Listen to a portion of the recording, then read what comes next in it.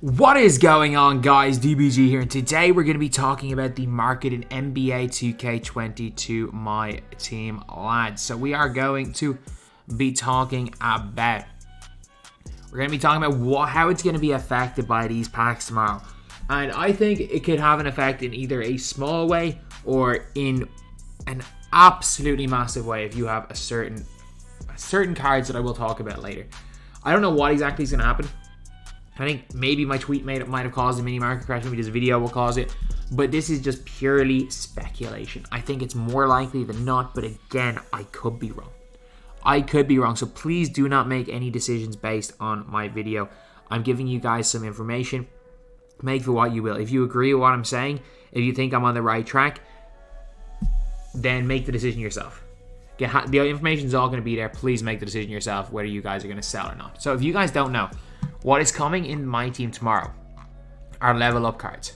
So every single player is an EVO. So we've got like EVO Gilbert Arenas, we got EVO Wilt Chamberlain, we got EVO Paul George, and we got EVO Ben Simmons, lads. So we had a couple of these guys, but I'm going to be talking about which one of these cards are going to change the market. Is Wilt Chamberlain is Gilbert Arenas going to affect the market first and foremost? I don't care how good the card is, even if they completely juice him up. Like, he's not going to be a significant amount better than Jammer if he's a 6'3" point guard.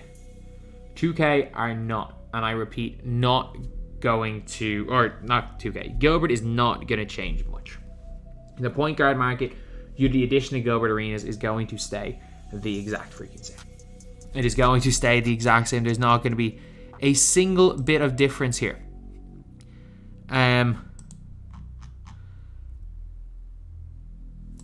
It's honestly not gonna make a difference. Wilt Chamberlain. If Wilt Chamberlain, he's not gonna make a difference because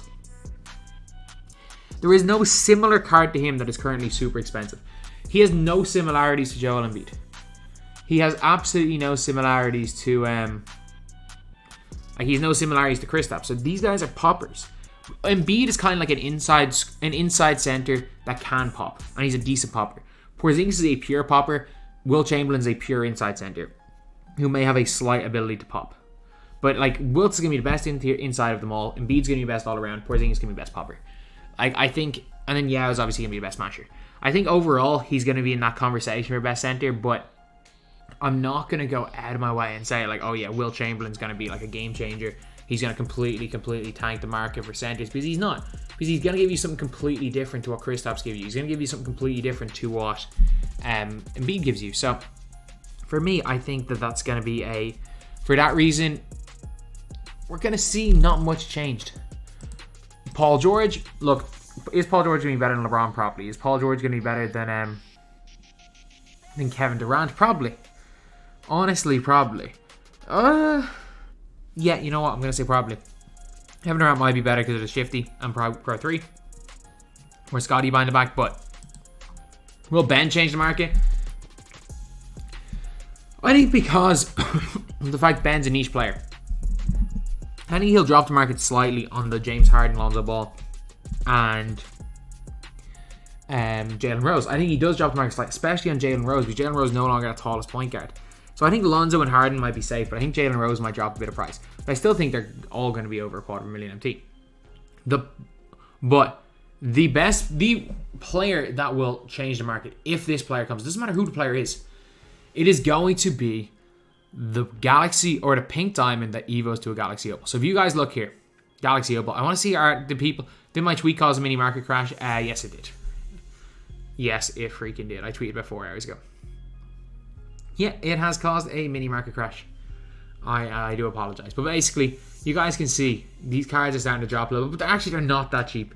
I was like, Amare was 100, CP3 was 100, so whatever. They've dropped 10k. And Zion was 100, so it's not like they've dropped anything major.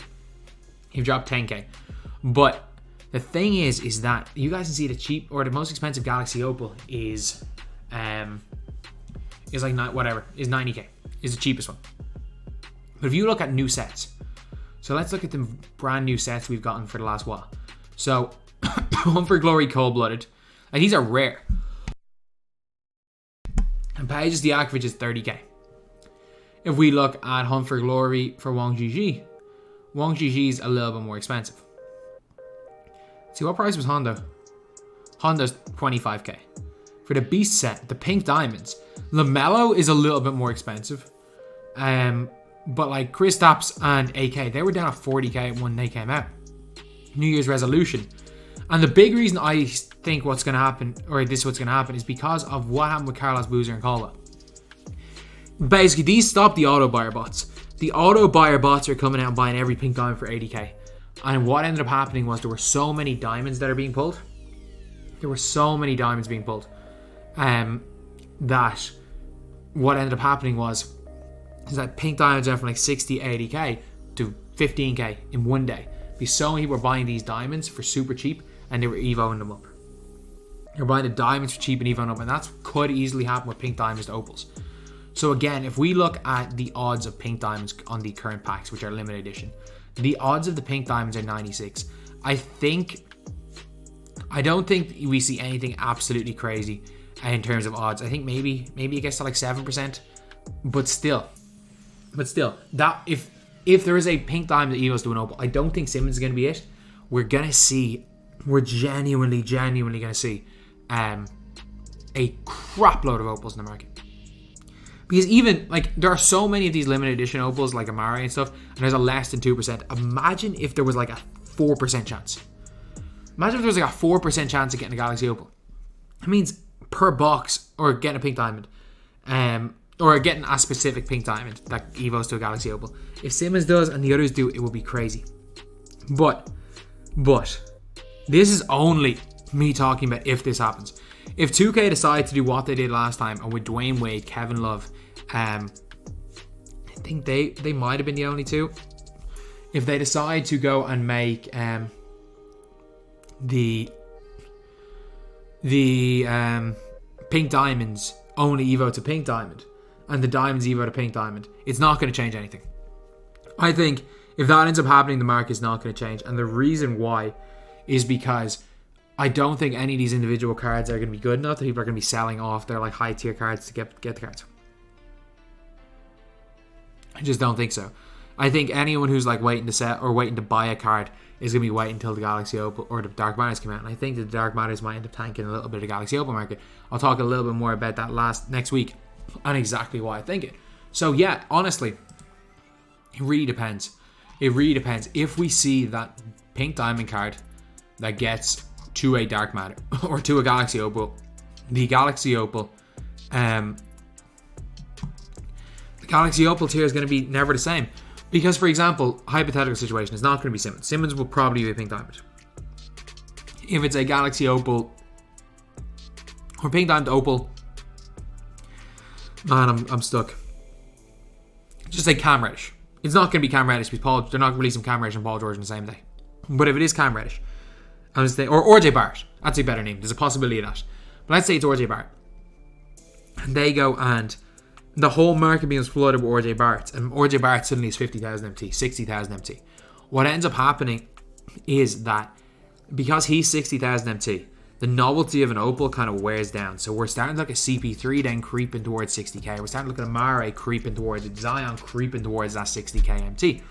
So if it turns out that none of those cards are coming, I still advise you guys sell all of those cards in the next week. If you've got a CP3, if you've got a Zion, if you've got a Amare, if you've got an Anthony Edwards, I would advise you to sell them the next week, because I think once Dark Matters come out, we're going to see like 6% odds of Galaxy Opals, and the Galaxy Opal market is going to completely tank then. But it is a very good chance the Opal market tanks tomorrow.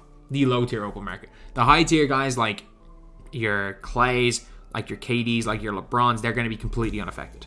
They are going to be completely unaffected by anything that comes tomorrow. But I do believe like the Chris Pauls of the world, the Zions, could potentially tank. If they don't tank this week, they're tanking next week. There is almost a guarantee.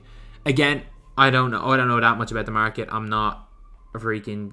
I don't really... I've no involvement with 2K. I don't know exactly what's coming other than the Dark Matters next week. But again, it's as clear as day. It was so obvious 2K were going to put out the pink diamond Simmons. That's why I joked saying, "Oh, Mystic Mix Strikes again." Like, it was one of the most obvious players there's ever been coming in a 2K game was a Ben Simmons card tomorrow. It is really cool though. They photoshopped the Nets jersey on him and made him a Brooklyn Nets Simmons. And man, they could be freaking scary. Like, the Brooklyn Nets don't play offense anyway, or don't play defense anyway. So get Ben Simmons a center. Run Ben Simmons and KD, use them as rim protectors. I know Ben Simmons can't play defense on a center and he's going to get eaten alive, but I mean, let's be real. PJ Tucker's played center. Let's be real. Andre Iguodala played center on defense for the... he played center on... So not Andre Iguodala played center on defense. Who the hell played? Who the hell guarded Mozgov in the 2015 finals? And it wasn't Draymond. I don't think Draymond didn't guard Mozgov. Was it freaking Harrison Barnes playing center? Because he obviously guarded LeBron James. Well, Mozgov guarded Iggy. But, like, that's what I mean. Like, Nick Batum in the whole playoffs played center for the LA Clippers. As not great as Ben Simmons is a rim protector, Ben Simmons will be fine at center. And, like, imagine him a freaking center with Kevin Durant or Kyrie Irving. Or even if you're not playing him at center, imagine if they find a shooting center from somewhere and play Ben Simmons there with those guys. Oh, man. I think it'd be good. Like, obviously, that's one of those trades where it's like, no one knows who won today. Absolutely no one knows who won. Like, there's going to be a winner and a loser, but on paper, both teams, it looks like it's a win for both teams. But at the end of the day, there's going to be a winner and a loser. If one of these two teams win the championship this year, like if the Brooklyn Nets don't win a championship this year, they're the loser, and the Sixers win it, they're the winners. Or vice versa. If the Sixers lose it, if Sixers lose it and lose Harden, and Brooklyn go and win the NBA championship, they're clearly the winners. So, yeah, no one has a clue. It looks like a win-win, but very few trades are win-wins. And it's highly likely that in 2 years' time, we'll be looking at this as one of the worst trades ever for one team or the other. You might say it was one of the dumbest things Brooklyn ever did. You also might say it was one of the dumbest things Philly ever did, given a conference rival Ben Simmons. We'll have to wait and see. Anyway, that's the video. I've gone off track. Thank you guys for watching. Please like, comment, and subscribe.